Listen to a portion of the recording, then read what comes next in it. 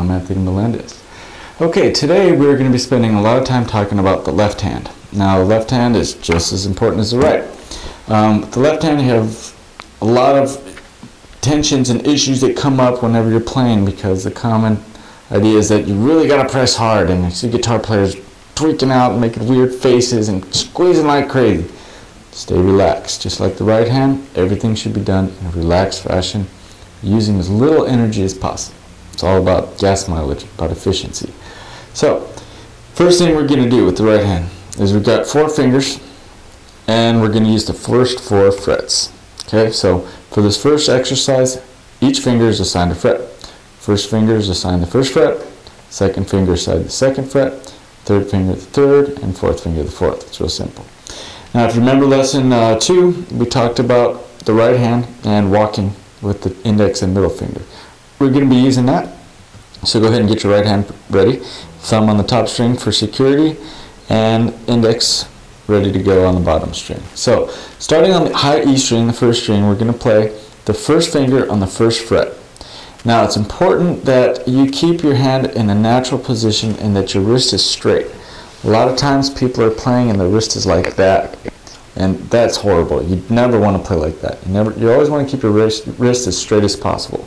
For a while it's going to be hard to keep it straight when you're doing certain chords, but do your best.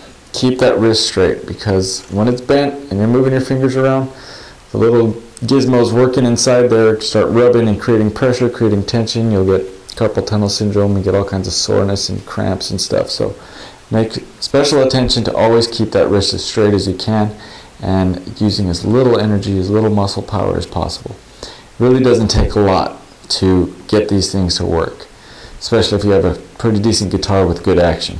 So, first finger, first fret.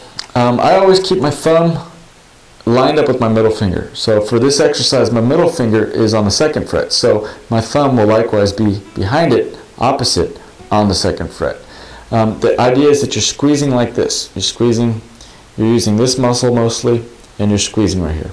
Don't just pull on the neck and leave your thumb up here, and don't squeeze like this, because then your thumb's going to be up here. A lot of people play like that. There's nothing wrong with it. It's just the way they play. A lot of blues guitar players, Jimi Hendrix, a lot of electric guitar players. I know Eric Clapton plays like that too. That's their style, and it's great for electric guitar. For me personally, the lower my thumb is, the more reach I have, and the less energy I use when I'm playing. So thumb, at most you could stick out above the fretboard like that, but preferably right in a comfortable spot, lined up with the middle finger. So first finger, first fret, we use the very tip of our finger. Don't use this part, and definitely don't use down here. So you want pressure on the very tip of your finger, just about a 1/16 of an inch underneath your fingernail.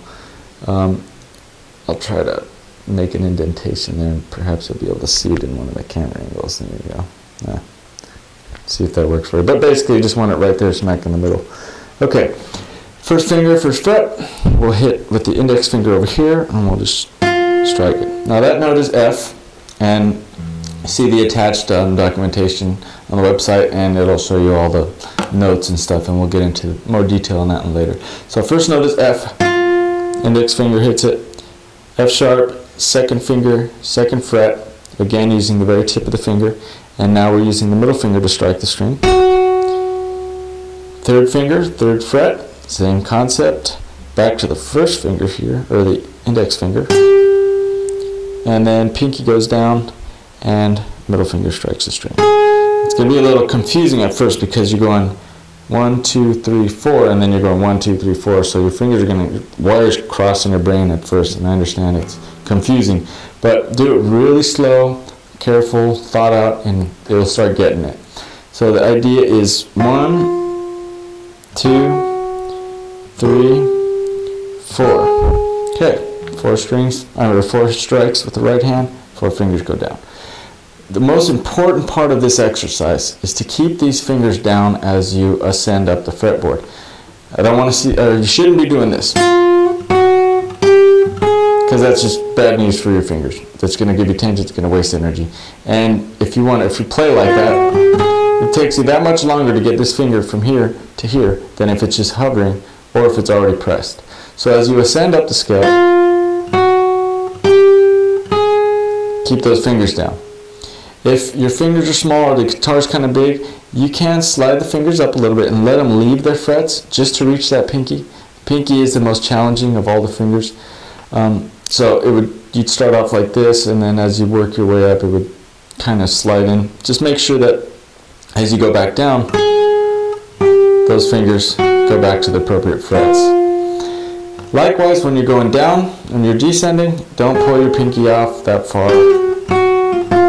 It's not going to work well. It's going to create tension, it's going to go flying, you're going to lose efficiency when you're playing. So try to keep the pinky. This is, again, the most important part, is keeping those fingers close to the fretboard.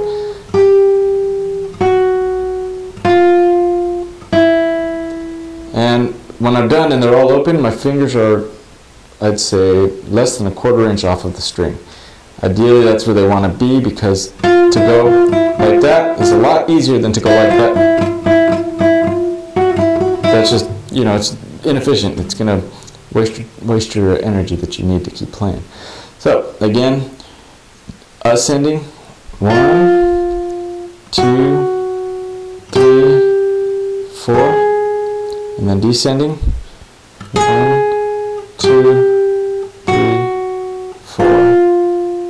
I'll reiterate one more time, don't let your pinky do this. Don't let your ring finger do that. Keep them stuck there. That's the hardest part of this exercise, and that's what makes it so beneficial.